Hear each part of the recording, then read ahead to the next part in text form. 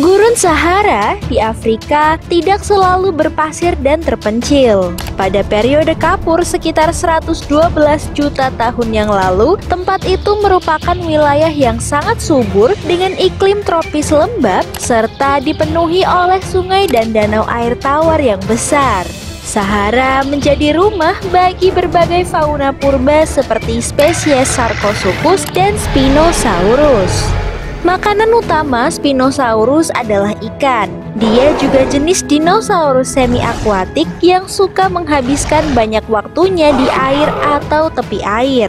Di sisi lain, Sarcosuchus juga punya makanan utama yang sama dan hobi menghabiskan waktu menenggelamkan setengah tubuhnya di air. Habitat dan perilaku keduanya memungkinkan mereka untuk bertemu secara tidak sengaja di area perairan yang sama.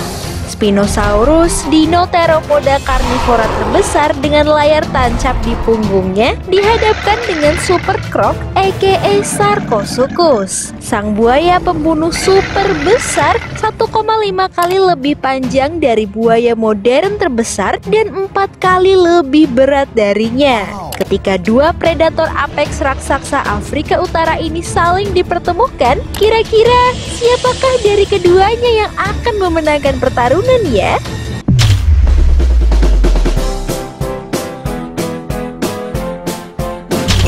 Berukuran sekitar 14 meter dari kepala ke ekor, tinggi 5,4 meter dan beratnya sekitar 7,4 ton, Spinosaurus menjadi dinosaurus teropoda karnivora terbesar yang pernah ditemukan.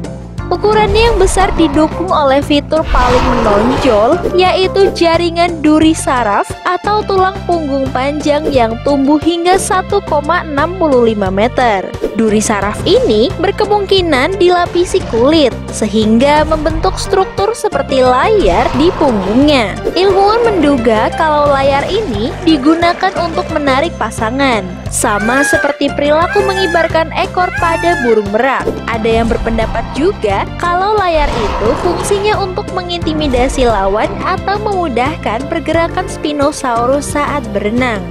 Bukti analisis fosilnya menunjukkan kalau dia adalah dinosaurus semi-akuatik yang hidup di darat maupun air seperti buaya modern. Dari bentuk moncong dan giginya, Spinosaurus diduga dulunya memakan ikan. Tapi dengan keunggulan semi-akuatiknya, tidak menutup kemungkinan juga kalau dia berburu mangsa kecil di darat.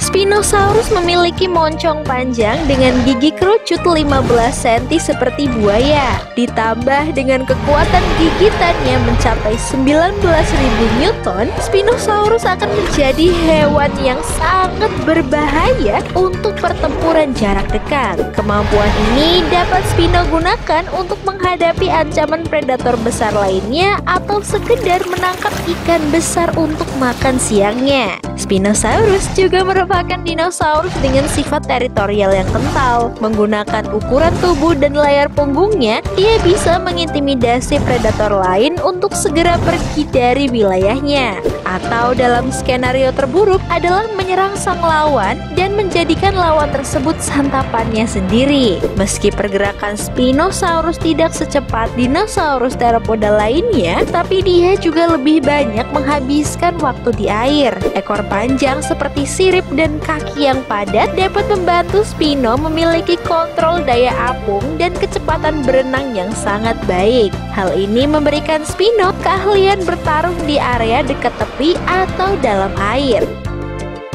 Seperti pedang bermata dua, layar yang bisa mengintimidasi lawan itu juga bisa menjadi kelemahan Spino. Dalam pertarungan air, Sarcosuchus bisa menggigit layar dengan lapisan kulit datar yang sensitif dan rapuh Spino untuk membuatnya kehilangan keseimbangan dalam berenang di air. Begitu pula dengan moncong panjang dan sempit khasnya yang lebih cocok untuk memakan ikan, bukan untuk menyerang dinosaurus atau buaya besar seperti Sarcosuchus.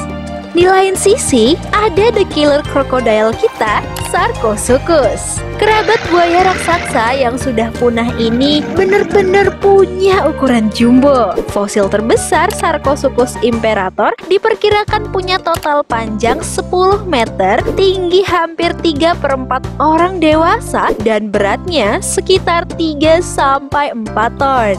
Kira-kira 1,5 kali lebih panjang dan 4 kali lebih berat dari buaya modern terbesar. Ukuran tubuhnya inilah yang menginspirasi pemberian namanya sendiri, yaitu Sarcosuchus yang berarti buaya daging.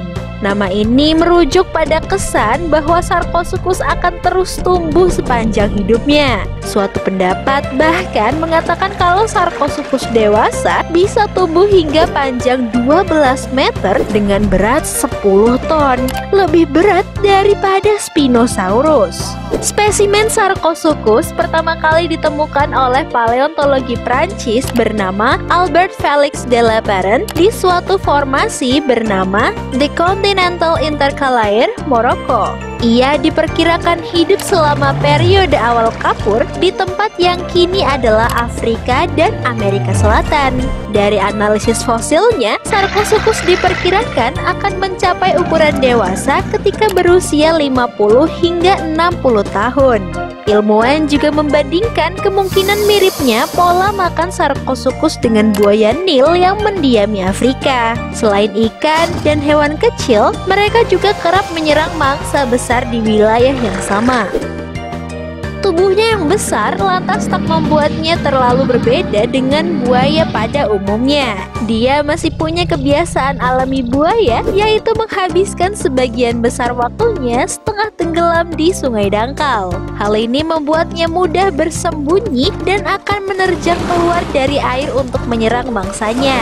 Korban langganannya sangat beragam, bisa ikan, dinosaurus, burung, atau mamalia kecil lain yang berada di tepi air. Meski punya bentuk moncong dan gigi yang hampir mirip seperti Spinosaurus, tapi Sarcosuchus sendiri diperkirakan memiliki kekuatan gigitan yang jauh lebih kuat, yaitu sekitar 80.000 Newton.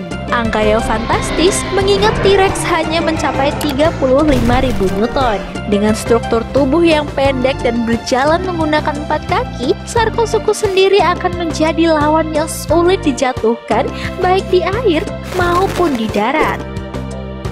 Perkara besar tubuh Sarco juga bisa membuatnya kehilangan banyak energi dengan lebih cepat, terutama setelah ia melakukan serangan penuh mendadak pertamanya. Dengan asumsi bahwa Sarcosuchus adalah reptil berdarah dingin, maka ia akan membutuhkan lebih banyak waktu untuk memulihkan energi dalam tubuhnya. Sangat berbeda dengan hewan berdarah panas seperti Spinosaurus yang dapat menghasilkan lebih banyak energi dalam waktu yang sama. Hasil analisis model biomekanik tengkorak Sarco juga mengatakan kalau hewan ini tidak mampu melakukan manuver death roll seperti buaya modern lainnya. Dengan cara uniknya, dia diduga lebih banyak berburu ikan dan sesekali hanya dinosaurus besar ketika ada kesempatan dalam kesempitan.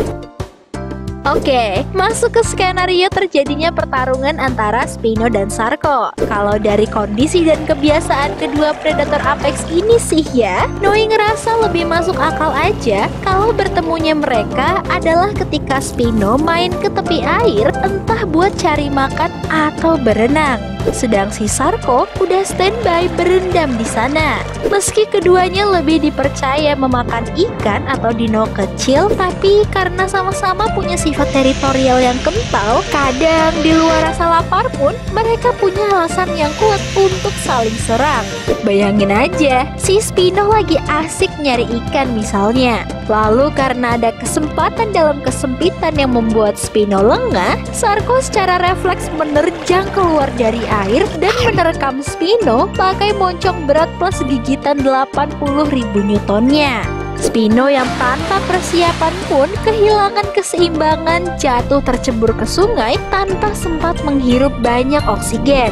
Dalam kondisi terluka dan sesak, Spino bakal meronta sekuat tenaga untuk melepaskan diri. Hentakan kuat Spino masih bisa diimbangkan dengan bobot tubuh Sarko yang bisa mencapai 10 ton. Tapi karena gigitan dan cakaran Spino, mungkin pada titik tertentu Sarko akan mengalah, melepaskan Spino dan berenang menjauh sangat cepat. Spino yang berhasil lepas dari jerat Sarko harus segera menepi dan menjauh dari sana, karena kalau tidak, Spino yang lengah dapat kembali diserang Sarko yang sudah selesai recharge energinya. Ketika ini terjadi, kemungkinan selamat Spino menjadi semakin kecil. Serangan keduanya kembali membuat Spino kewalahan, terutama karena gigitan super sakit Sarko dan kurangnya oksigen yang bisa Spino hirup sebelum tercebur kembali ke air.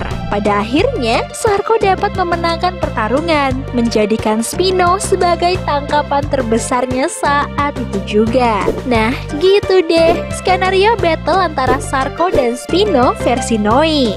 Area battle emang bisa ngaruh sih gengs, misalnya kejadiannya di darat ya. Sarko yang pendek kan gak bakal bisa tuh gigit leher Spino yang tinggi, tapi ya bakal tetap bisa jatuhin Spino dengan gigitan kakinya sih ya. Kalau menurut kalian gimana? Tulis battle versi kalian di kolom komentar ya. Jangan lupa like dan subscribe kalau kalian suka videonya. See you!